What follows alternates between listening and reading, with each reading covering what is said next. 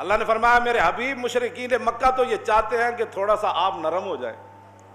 तो फिर थोड़ी सी वो भी नरमी कर दें, आपको पत्थर न मारें, आप पर ओजरियां न फेंके, फिर बिलाल को ना नहीं मारेंगे, वो हबाब के जिस्म में सुराख नहीं करेंगे, हजरत सुमैया के टुकड़े नहीं करेंगे, आप थोड़े सा नरम हो जाए। आज लोग हमें यही कहते हैं मौलाना साहब थोड़ी सी नरमी करो। मैं आका जलिया जे नरमी की जाए फिर दीन दीन नहीं रहता,